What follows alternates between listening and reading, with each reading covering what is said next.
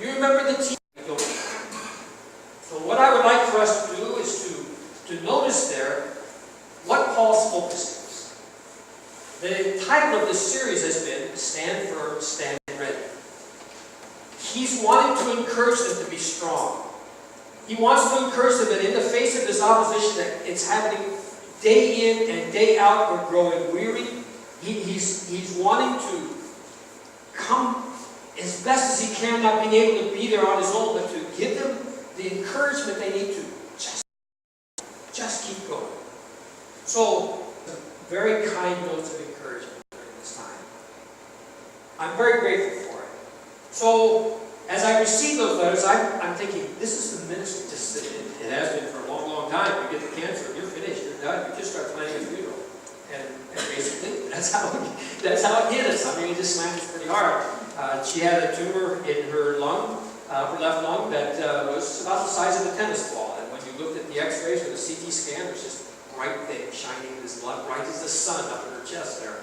And so, very frightening times, but things got better as time goes on because you get to learn more information. So Annie has been for about a month now on some medications, which is called targeted therapy, and it's drugs that are designed specifically to attack a specific kind of cancer. It just so happens it's exactly the kind of cancer that he has.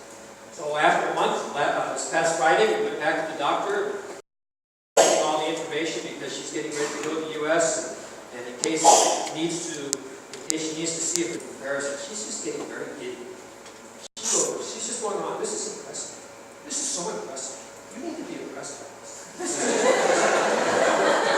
Because the tumor, this big bright tumor, has shrunk down to about the size of a quarter.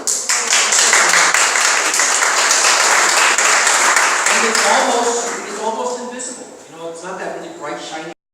It's like the x-rays are going through it and so forth. And so then she said that the tumor matter it's going away. And it won't go away entirely, but I mean, nothing that's going to turn, because she found out that the cancer feeds on sugar. Well, I don't know if that's true or not, but if there's any evidence there, this is some. So, it's just been kind of this roller coaster ride. And now to get this good news, this wonderful good news, we're planning then on having surgery in August when she gets back, and the doctor just is very. She said, we can do surgery tomorrow if you want. No. We got a wedding coming up, so we're not going to do that. And, so at the end of the course of this 3 months of taking the medication then, getting ready to, next step will be surgery. And the doctor's very confident that we'll get it all. So, again, I just want to say,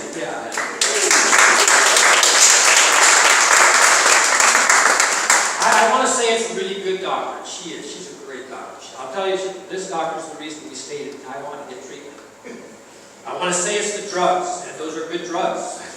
I haven't tried it, but I've heard of it. I want to say it has something to do with the diet. And give the word to him for what he's done.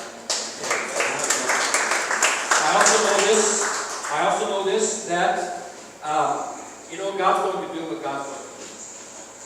He's simply going to do what he's going to do.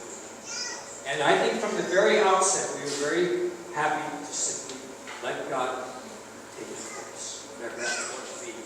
So, our rejoicing today, along with you, is that this is the course that God has chosen. We all are on a path. Whatever that path is, we just need to have the confidence that this is the path that God has chosen for us, and to walk it with that confidence. So when we look at this, I see a church in Thessalonica that's struggling. And I see a man like Paul who wants to give them encouragement.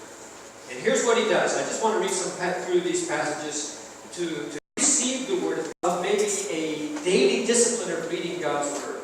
Or we set ourselves up on a schedule, we get behind in the schedule, just kind of throw our hands up. But we need to understand that God's